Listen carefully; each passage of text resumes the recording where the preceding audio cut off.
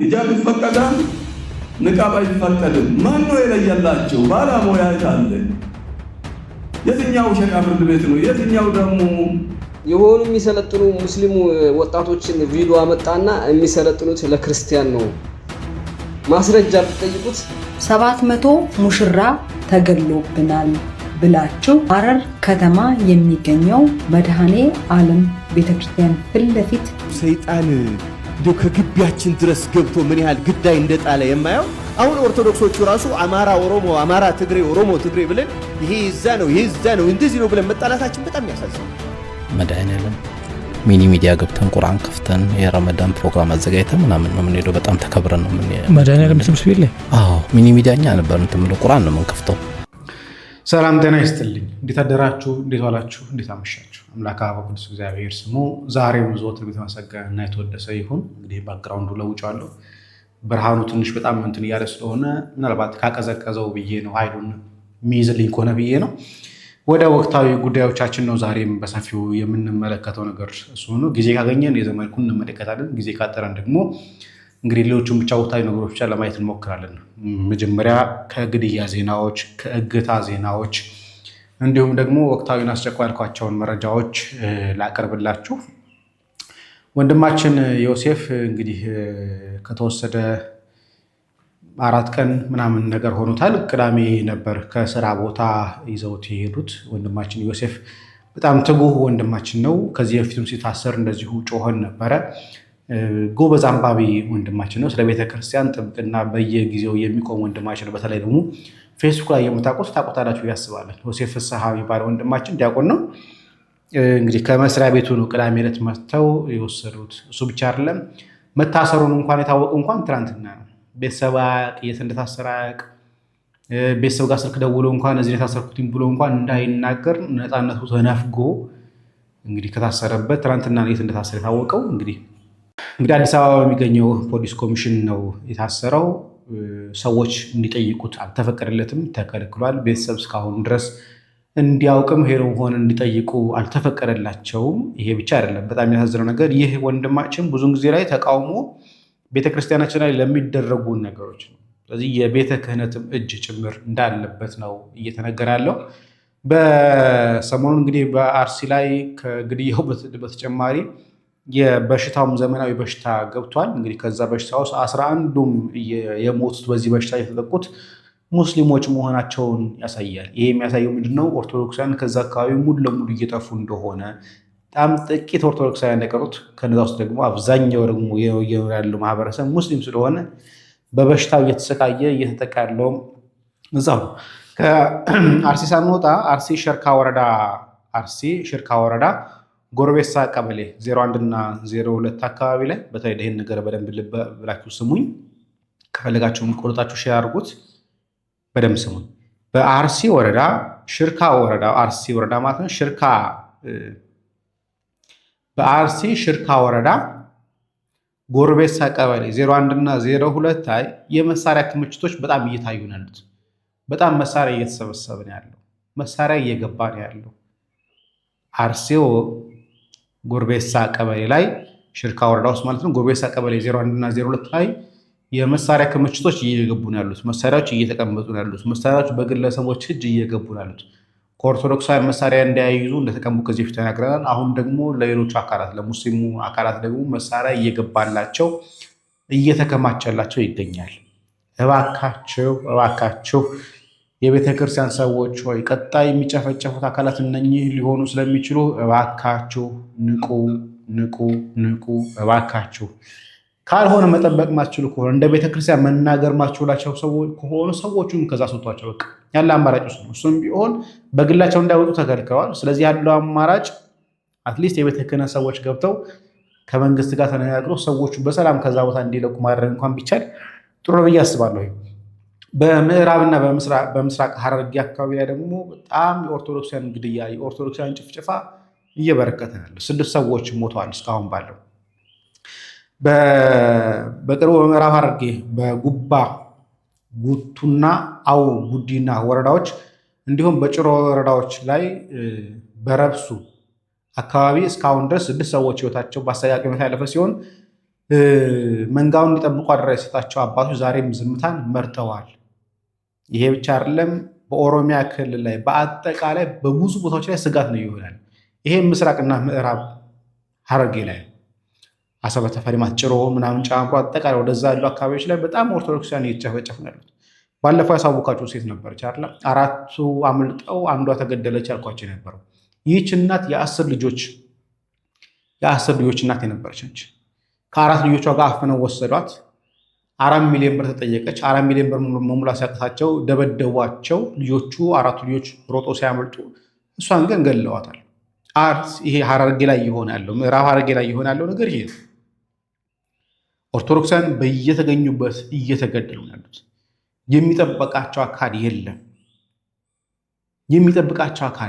እባካችሁ እንደ እግዚአብሔር የሚፈሩ ከሆነ የቤተክርስቲያን አካላት፣ የቤተክርስቲያን አመራሮች ዛሬ ወንበራችሁ ስለሞቀ ብቻ አታስቡ። ነገ የሚጠብቁት በጎቻችሁ ሊክዷችሁ ይችላሉ። ነገ እናንተ ላይ መከራ ሲመጣ አናቃችሁም ሊሏችሁ ይችላሉ። ለራሳችሁ ብላችሁ ይህን ነገር ልታስቡበት ይገባል ብዬ አስባለሁ። እስቲ ወደ አንዳንድ ቪዲዮዎቻችን እንግባ። ከአንድ ቪዲዮ በኋላ ቴሌግራም ላይ የተለቀቀውን ነገር አጭር ነገር እነግራችኋለሁ፣ እንስማ። አምና በእንትን ሰበብ ዘንድሮም በእንትና ሰበብ እያደረጉ ይጥሉናል አርደው።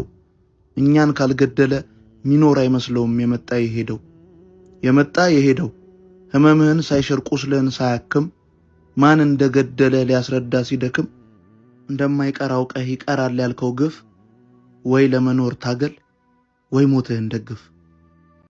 እየሰለጠኑ ያሉ ኡስታዞች እንደሆኑ እነኚህ ዝግጅቶች ለክርስቲያኖች እንደሆነ ያው ሌላ ምርጫ የላቸውም። በእርግጥ ለክርስቲያኖች የሚሰለጥኑት በመለከቷቸው ማለት ነው። ሐፊዝ ናቸው፣ የቁርአን ሐፊዞች ናቸው። ቁርአንን የሸምድደው የጨረሱ ሰዎች ናቸው።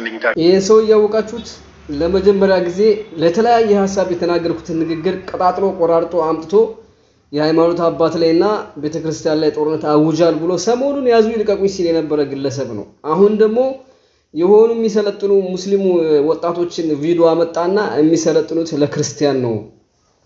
ማስረጃ ብትጠይቁት ታዲያ ሙስሊሞች ለምን ስፖርት ይሰራሉ ነው የሚሆነው። እንደዚህ አይነት ሰዎች ናቸው እንግዲህ ትውልዱን እያባላሹትና እየበረዙት ለማበጣበጥ የተነሱት። ስለዚህ እንዲህ አይነት ግለሰቦችን ነው እኔ እርምጃ ይወሰድባቸው ያልኩት። ኡስታዞች ናቸው ስፖርት የሚሰለጥኑት። ለምን ይሰለጥናሉ? የሆነ ግቢ ውስጥ ነው የሚሰለጥኑት። እንግዲህ ያው ሙስሊም ስፖርት እንዳሰራ እየተባልክ ነው። እንዲህ አይነት የደደበና የቀነጨረ ቆሞ የቀረ ትውልድ መገረፍ ነው ያለው። አማራጭ መገረፍ ነው። እና ሙስሊም ምን ያደርግልህ? ዝም ብሎ ነጋዴ ይሁን በቃ። ስፖርት ለጤንነት ነው። ሁላችሁም ሰልጥኑ። ሙስሊም ክርስቲያኑ ሰልጥን።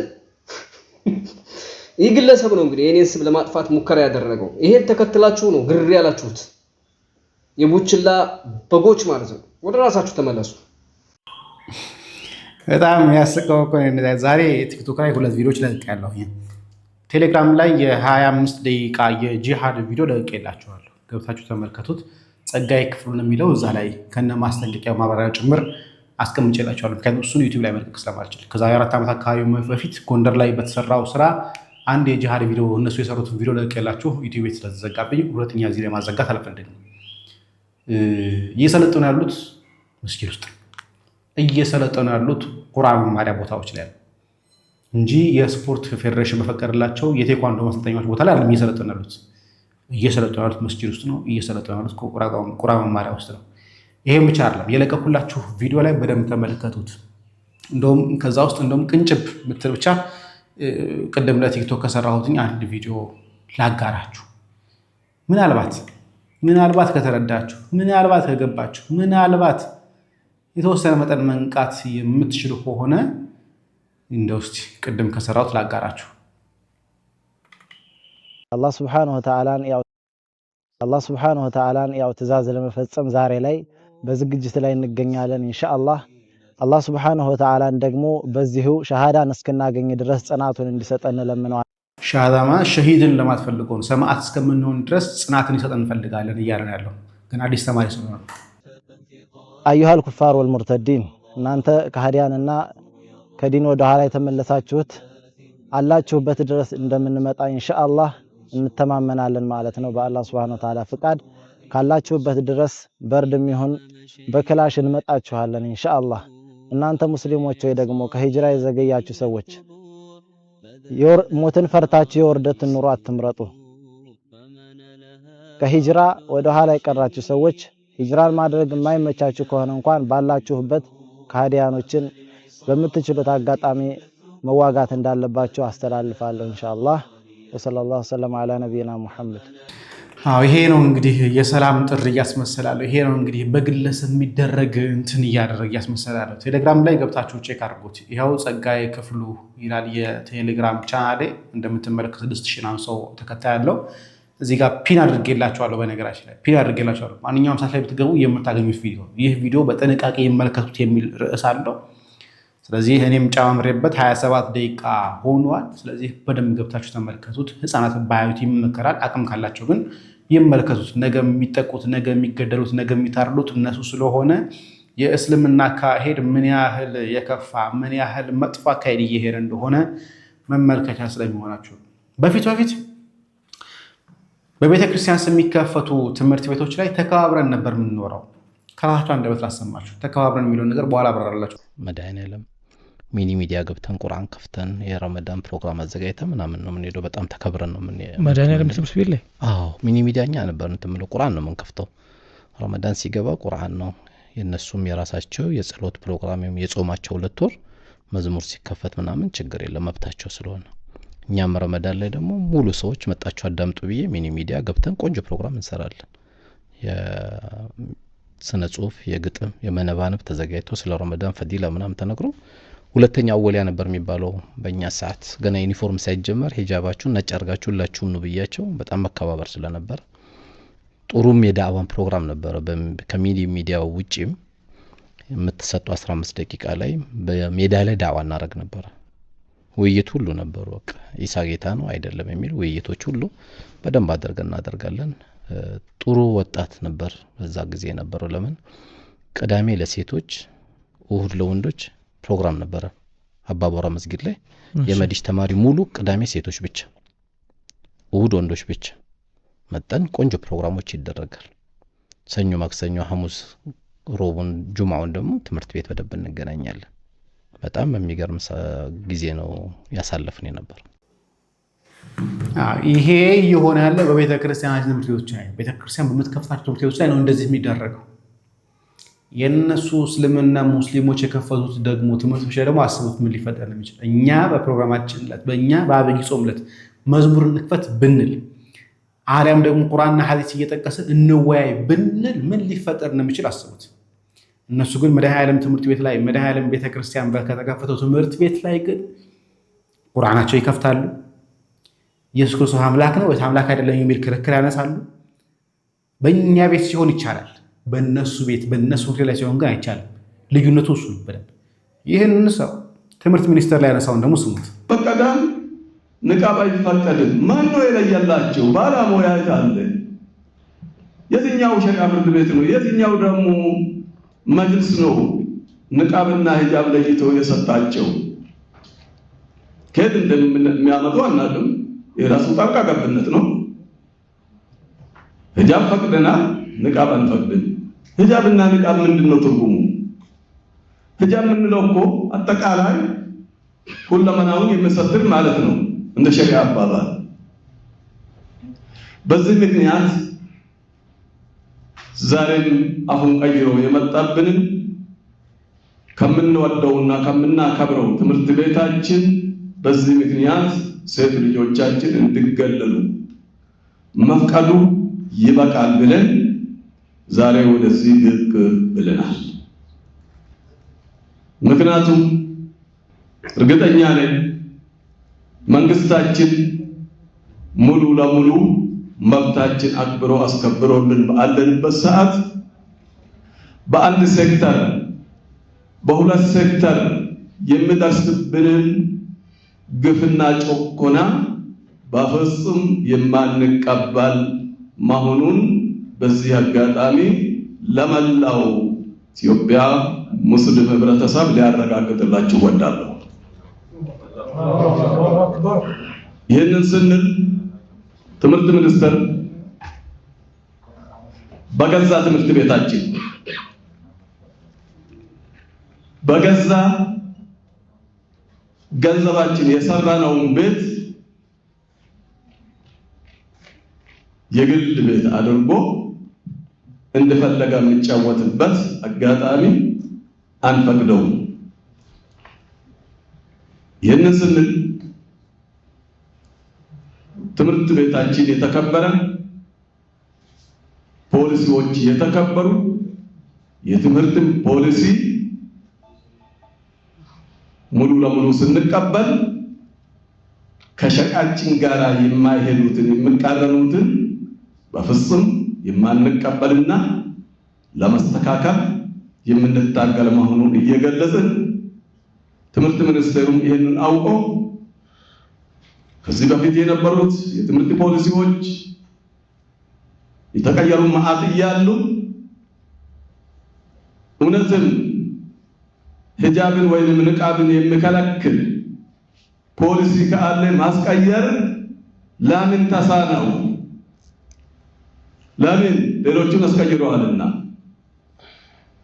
ይሄ ሌላ መልእክት ያለው ስለሆነ እኛ ኢትዮጵያ ሙስሊሞች ፍጹም ሰላም ወዳጆች፣ ፍጹም ሰላም አክባሪዎች፣ ፍጹም ደግሞ የመንግስታችን ዓላማ ተቀባዮች መሆናችን እየታወቀ በተለይ በዚህ ሰዓት ይሄ አጀንዳ መነሳቱ ለምን እንደተፈለገ ይሄ አጀንዳ ያሁን አይደለም ሲጀመር የቆየ አጀንዳ እናንተ ሁሌ ማራገብ ስለምፈልጉ እንጂ አንደኛ። ሁለተኛ ነገር ደግሞ ትዕዛዝ ነው እየሰጠ ያለው፣ ምክር ነው እያነሳ ያለው፣ ምን እያደረገ ያለው ኦርደር ነው እያደረገ ያለው። ማንም ሰው እንደኛ አባቶቻችን የሚልመጠመጡ አይደለም። እንደኛ አባቶቻችን ዳር ዳር ለሚሉት በግልጽ ነው የሚነግሩት። ግን ችግሩ የሂጃብና ኒቃብ ልዩነት የለውም ለማለት ይሞክራል። ራሱ ያራራ ደግሞ ሂጃብና ኒቃብ ልዩነት እንዳላቸው ደግሞ ይናገራል። ኒቃብ ማንነቱን አይለይም፣ ምንም ጥርጥር የለውም። ኒቃብ የአንድን ሰው ማንነት የሚገልጽ አይደለም፣ ማንነቱ እንዲለይ አያደርግም። ከእግር ጥፍር እስከ አይናቸው ድረስ ተሸፋፍነው መጋረጃ መስለው መጥተው ማንነታቸውን ሊገልጽልን አይችልም። ስለዚህ ትምህርት ቤት ደግሞ ማንነት እየታወቀ የሚማሩበት ቦታ ፐብሊክ ስኩል እንጂ የግለሰብ ቤቶች አይደለም። ቤት ውስጥ ተቀምጠው እንደሚደረጉ ወይ ደግሞ መሐመድ ሚስቶቹ እንደከለከላቸው መጋረጃ ጀርባ ተደበቁ እንዳላቸው አይደለም። ያ አይደለም ያለበት፣ ሊሆን አይችልም። እሱ ትምህርት ቤት እስከሆነ ድረስ ማን ምን እያደረገ ነው፣ ማን ምን እየተማረ ነው የሚለው ነገር በግልጽ መነጋገር መታወስ አለበት። ከዚህ በፊት ብርሃኑ ሲናገር ነበረ፣ የምናውቀው ነገር ነው። በእኛ በኩል ከትምህርት ፖሊሲው ውጭ የምንሰራው ነገር የለም። በትምህርት ፖሊሲው ሂጃብ መልበስ የተከለከለ ነገር የለውም። ሂጃብ ማንም ሰው መልበስ ይችላል። በንቃብና በሂጃብ መካከል ያለው ልዩነት ይታወቃል። የሴኩሪቲ ኢሹ ስላለው ሰው ማንነቱ ሳይታይ ትምህርት ቤት ውስጥ መግባት አደጋ ሊፈጥር ይችላል በሚል ከሱ ውጪ በሂጃብ ደረጃ የተከለከለ ነገር የለም። ማንም ይሄ የሚከለክለው አዋጅ የለም። ይሄ የሚከለክል ደንብ የለም። ይሄን የሚከለክል መመሪያ በትምህርት ሚኒስቴር በኩል ይወጣ የለም። ይሄ ኢሹ አይደለም። ለምን ኢሹ እንደሚሆን እርግጠኛ አይደለሁም። ሌላ እንትን ምክንያት ከሌለው በቀር በዚህ በኩል የሙስሊም ወገኖቻችን ኃላፊዎች መጥተው ተነጋግረን ተወያይተን በዚህ ላይ ግልጽ የሆነ አቋም ነው ትምህርት ሚኒስቴር ያለው። ይሄን ያልተረዱ ካሉ እንዲረዱ እንፈልጋለን። በጸሎትንም እንትንም በሚመለከት ኦርጋናይዝ በመንግስት በፌደራል መንግስት ደረጃ ያሉ ተቋማት ኦርጋናይዝድ የሆነ የሃይማኖት እንትን በእነኚህ ተቋሞች ውስጥ አይደረግም ይላል እንጂ በግለሰብ ደረጃ ማንም ሃይማኖቱን እንትን የማድረግ መብት አለው። እነኚህ ህግ ስለሆኑ ክቡር ፓርላማው የሚያውቃቸው ስለሆኑ ያልታወቀ ነገር እንደሆነ ለህብረተሰቡ ወደ ሐረር ልምጣና አንድ ትርክት እናፍርስ። በጨለንቆ ጦርነት ማለትም በአሚር አብዱላሂና በአጼ ሚኒሊክ 700 ሙሽራ ተገሎብናል ብላችሁ ሐረር ከተማ የሚገኘው መድኃኔ ዓለም ቤተክርስቲያን ፊት ለፊት የጨለንቆ ሰማዕታት ሐውልት ብላችሁ ስለገነባችሁት ሐውልት ዛሬ እንነጋገር። ይህ ሐውልት 700 ሙሽራ ተገሎባችሁ ከሆነ መሰራት የነበረበት ጨለንቆ ቦታው ጦርነቱ የተካሄደበት ቦታ እንጂ ሐረር ከተማ ሊያውም መድኃኔ ዓለም ቤተክርስቲያን ፊት ለፊት አልነበረም። ሲቀጥል ሞተብን የምትሏቸው 700 ሙሽራዎች ከሐረር ተነስተው በ1879 ዓመተ ምህረት መንገድና መኪና በሌለበት እንዴት 80 ኪሎ ሜትር ተጉዘው ጦርነቱ ቦታ ሊደርሱ እንደቻሉ የምታውቁት እናንተ ብቻ ናችሁ። በነገራችን ላይ የነዚህ የ700 ሙሽራ ታሪክ ከናንተ ውጪ ማንም ሰው ያልጻፋቸው ያልዘገባቸው እናንተ ብቻ የምታውቋቸው ታሪክ ናቸው። እኔ የምለው እነዚህ 700 ሙሽራዎች ከሐረር ተነስተው ጨለንቆ ድረስ ሲሄዱ አፄ ሚኒሊክ መልስ ጠርተዋቸው ነው ወይ? መልስ ተጠርተው ነው ወይ? ምን ያደርጋሉ? 700 ሙሽራ ማለት 700 እንዴትስ ተጋቡ? ማለቴ ከፍተኛው በኢትዮጵያ ታሪክ አሁን ያለው ጠቅላይ ሚኒስትር በሱ ጊዜ የተጋቡ 200፣ እናንተ ግን 700 ሙሽራ ያውም ከሐረር 80 ኪሎ ሜትር ርቀት እንዴትስ አሰቡ በአንድ ጊዜ ይሄን ሁሉ ለማጋባት? ያውም ጨለንቆ ድረስስ ምን ምክንያት ኖሯቸው ሄዱ? አልገባኝም። ከሐረር ጨለንቆ ድረስ ለመሄድ ምክንያት ግዴታ ነው ያስፈልጋል። በ1879 ዓመተ ምህረት ማለት ነው። ለምን ሄዱ ማለት ምን ምክንያት ኖሯቸው ከሐረር ተነስተው ጨለንቆ ድረስ ሄዱ? ይሄ እኮ አይደለም። ይሄ ታሪካችሁን እውነት ለማስደገፍ በየቤታችሁ እንደዚህ ቀይ ቀለም ቤታችሁን የምትቀቡት አፄ ሚኒሊክ ደማቸውን ላፈሰሰው 700 ሙሽራ መታሰቢያ ይሆን ዘንድ ብላችሁ ነው። እኔ እኮ እንዴት እንደምትገርሙ እውነቴን እኮ ነው። እኔ በጣም ነው የምትገርሙኝ። እንዴ ሰው በተረት እንዴ ያብዳል? በተረት ያበዳችሁ ሰዎች እኮ ናቸው። አንድ በታሪክ ማስረጃ አታመጡ። አንድ እንደው ተፈጠረ ሀፕን አረገ እንኳን ቢባል ሄዳችሁ ጨለንቆ ላይ ነው መትከል ያለባችሁ ሐውልቱን። ግን አላማችሁ ፐርፐዝሊ ጀጎል ሲገባ ፊት ለፊት የሚታየውን መድኃኔ ዓለም ቤተክርስቲያንን መስጂድ ነበረ ብላችሁ ክሌም የምታረጉትን ቤተክርስቲያን ለመጋረድ እንደሆነ ማንኛውም የሐረር ከተማ ነዋሪ አይደለም ከውጭ የመጣ እንኳን ያውቃል። ጦርነቱ በትክክል የተካሄደበት ቦታ ነበረ ሐውልቱ መተከል የነበረበት። የክልሉ ባህልና ቱሪዝም ቢሮ ካሳተመው መጽሐፍ ውጪ ሌላ የታሪክ መጽሐፍ ላይ ይህንን የ700 ሙሽራ ታሪክ ልታመጡት አትችሉም። ከውጪ የሚመጡ ዩቲዩበሮች እናንተም እየከፈላችሁ ለምታመጧቸው ጎብኚዎች ነው ይህንን ነገር ታሪክ እየነገራችሁ እነሱ በዩቲዩብ በሌላም ቦታ ላይ እያወሩላችሁ ያሉት። ይሄ ተረት የትም አይሄዱም። እነዛ 700 ሙሽራ ግን በጣም የሚገርሙ ናቸው። እንዴት ከሐረር ተነስተው ጨለንቆ ድረስ ይሄዳሉ?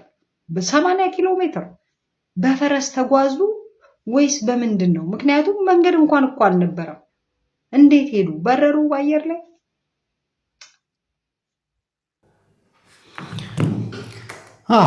በደንብ መመለስ ያለበት ነው አይደል? ሙሽራ 700 ሙሽራ በዛን ጊዜ ላይ በሚኒሊክ 700 ሙሽሮች ምን ሊያደርጉ ነው እዛ ድረስ ጨለንቆ ድረስ ሲሄዱ? ምን ፍለጋ ምን ፈልገው? እስቲ ይሄን ነገር ንገሩ። ግን እስልምና እንዳልኳችሁ በደም የተመሰረተ ስለሆነ በመግደል የተመሰረተ ስለሆነ በሐሰት ትርክት without lies ኢስላም ዳይስ አይደል የሚባለው? ያለ ሐሰት እስልምና አንዲት ቀን አይቆያትም፣ ይሞታታል።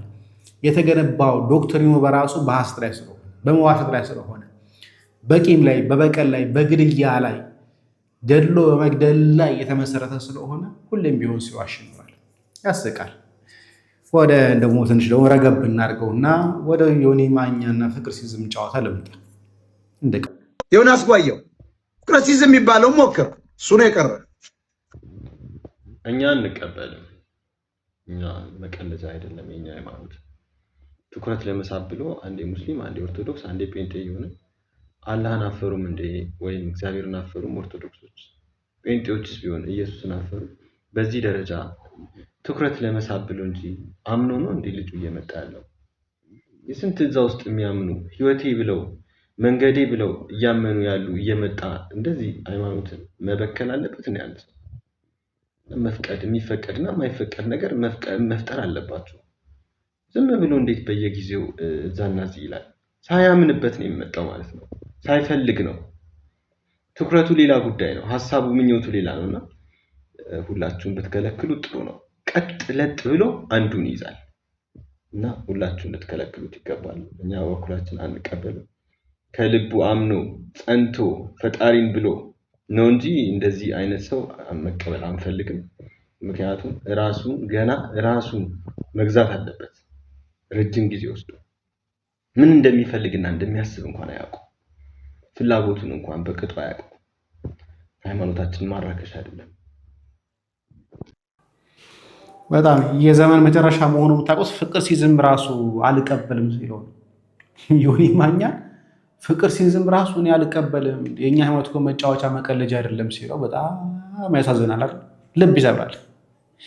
ሰው ፍጻሜ ሲያምር ነውና ፍጻሜ ያሳምርለት። እንቀጥል። መምህራችን ብርሃን አድማስ እንደው ከግቢያችን ድረስ ገብቶ ምን ያህል ግዳይ እንደጣለ የማየው አሁን ኦርቶዶክሶቹ ራሱ አማራ ኦሮሞ፣ አማራ ትግሬ፣ ኦሮሞ ትግሬ ብለን ይሄ እዛ ነው ይሄ እዛ ነው እንደዚህ ነው ብለን መጣላታችን በጣም ያሳዝን ነው።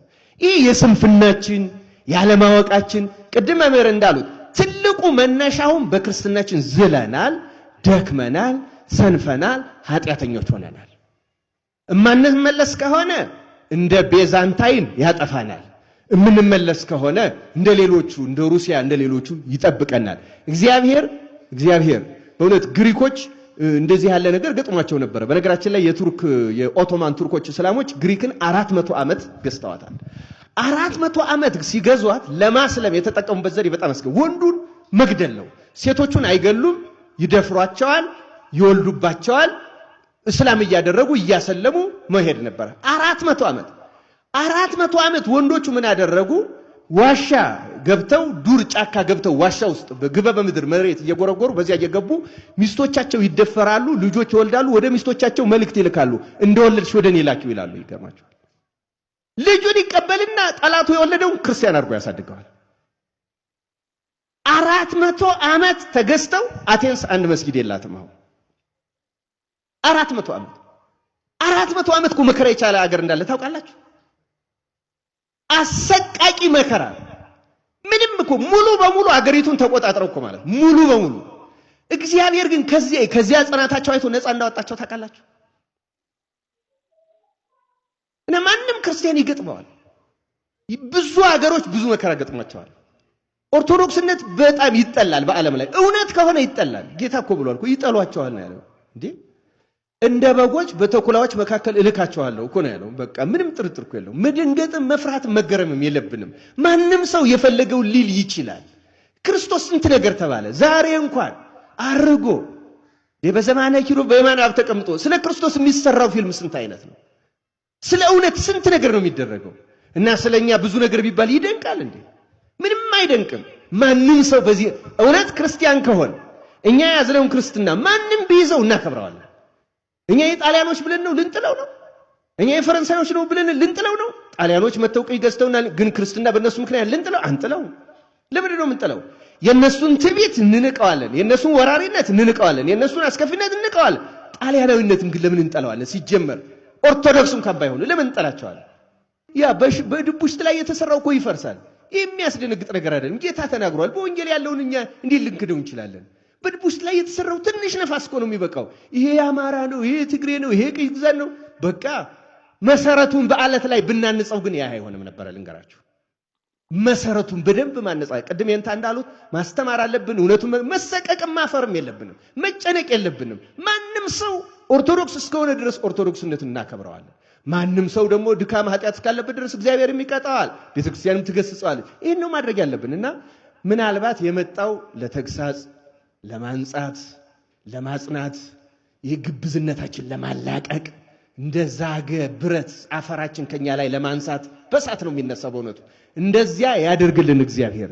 ብዙ ድካም አለን፣ ብዙ ስህተት አለን፣ ብዙ ድፍረት አለን፣ ብዙ አለማወቅ አለን፣ ብዙ ራስን መስደብ ቤተክርስቲያንን ማሳፈር አለን። እኔ ከሁሉ ይሄ አጥንቴን ይሰማኛል በግሌ። እኔ ይህን ያህል ደካማው ሰው ከተሰማኝ እግዚአብሔርንም ቅዱሳኑንም ያሳዝናል። ከዚህ ወጥተን በቤተክርስቲያን አንድነት ለመኖር ያብቃን። እናመሰግናለን መምህራችን ዲያቆን ብርሃን አድማስን። እግዚአብሔር አምላካችን ረጅም ዕድሜ ከጤና ጋር ይስጥልን ያቆይልን። ይህ እንግዲህ 2012 ላይ ሀዊረ ህይወት መርሃ ግብር ላይ የተዘጋጀ የተሰጠ ትምህርትም መልእክትም የነበረ ነው። ኦርቶዶክሳውያን ብንጠነክር እውነት ለመናገር አሁንም ቢሆን ገና ተስፋ አለን። አሁንም ቢሆን ተወርን አላለቅንም። አሁንም ያለንን ተስፋ ግን በትክክል በአግባቡ ተደራጅተን ቤተ ክህነት እንደ ቤተ ክህነት መስራት ያለበትን ስራ ሰርቶ ካልሰራ ይልቀቅ ቦታውን። በነገራችን ላይ ወጣቶች እንደ ወጣትነታቸው ተደራጅተው አባቶች ከፊት እየሆኑ መንገድ እንዳይስቱ አባቶች ከፊት እየሆኑ እያዘናጓቸው እያሰነፏቸው ሳይሆን እያበረቷቸው ለሰማዕትነት እያዘጋጇቸው ቤተ ክርስቲያንና ሀገርን ለመጠበቅ እያዘጋጁ ካልሆነ በቀር እውነት ለመናገር አሁን በምንሄድበት መንገድ ከሆነ ከባድ ነው። አሁን በምንሄድበት ከሆነ ምንቀጥለው ፍጻሜያችን አጭር ነው የሚሆነው። ስለዚህ ኦርቶዶክሳዊ ባለህበት ንቃ። ቴሌግራም ላይ ያስቀመጥኩላችሁን ቪዲዮ እዩት። እስልምናው እንዴት እየሆነ ተመልከቱት። ምን አይነት ስልጠናዎች እየሰለጠነ እንደተመልከቱት። እንዴት መተኮስ እንዳለበት፣ እንዴት ሰይፍ መሳልን መግደል እንዳለበት፣ እንዴት ማረድ እንዳለበት፣ እንዴት አድርገውም ጭምር እንደሚመለምሏቸው፣ እንዴት እሳት እንኳን ቢነሳ እንዴት አድርገው ማምለጥ እንዳለባቸው፣ እንዴት ቦምብ መጣል እንዳለባቸው፣ እንዴት አድርገው ፈተው መገጣጠም እንዳለባቸው የሚባሉ አጠቃላይ ወታደራዊ ስልጠና እየሰጧቸው ያሉት። እኛ ኦርቶዶክሳውያንስ በልቶ ከማደሩ ውጭ ቀልዶ ከመዋል ውጭ ምንድን ነው እያደረግን ያለ ነው? እውነት ቤተክርስቲያን ለመጠበቅ ዝግጁ ነን ወይ? ዋጋ ለመክፈልስ ዝግጁ ነን ወይ የሚለውን ነገር ሁላችንም እናስብበት ይገባል። በሞራል አይደለም እላችሁ፣ ሞራል ተነሳችሁ አሁን ደራጅ በሚለው አይደለም። ቁጭ ብላችሁ ተነጋገሩት። መጀመሪያ አስቡ፣ ወስኑ ለራሳችሁ። እውነት እችላለሁ? ይሄ ነገር ቢመጣ፣ ይሄ እንቅስቃሴ ቢመጣ፣ ይሄ ሃይማኖታዊ ጉዳይ ቢመጣ፣ ኦርቶዶክሳዊነት ማህተምን ፈጥስ ብባል፣ በጅምላ እንረዳችሁ ብንባል እንችለዋለን ወይ? ምን ያህል ነው መቆም የምችለው የሚለውን ነገር ልናስብበት ይገባል። ስለዚህ በራሳችሁ በነሳ አዘጋጁ፣ በሚስጥራት ተካፈሉ፣ ቁርባን አታቋርጡ። እዚህ ከዛ በኋላ መነጋገር ያለባችሁ ነገር ላይ ተነጋገሩ። በደንብ ማሰብ ያለባችሁ ጉዳይ ላይ ማስቡት። ከዚህ ላይ በሚቀጥል አዘናጋችኋለሁ ወይ ደግሞ አሰንፋችኋለሁ እንጂ ወንድማችን ዘመድ ያስቀመጠው ዘመድ በቀል ያስቀመጠው ሀሳብ አለ። ግን እሱም ማስቀመጥ አሁን ማቅረቡ ምናልባት ይረዝምና እናንተም እንደፈለጋችሁት ላይሆን ስለሚችል ሊነዛ ስለሚችል እዚህ አላቀሙ። ምናልባት ሌላ አጀንዳ ካለ ወቅታዊ ነገር ካለ የሚመለስ ይሆናል። ካልሆነ ግን ሰላም እግዚአብሔር ከእኔም ከእናንተ ጋር ይሁን። ቸር ቆዩልኝ።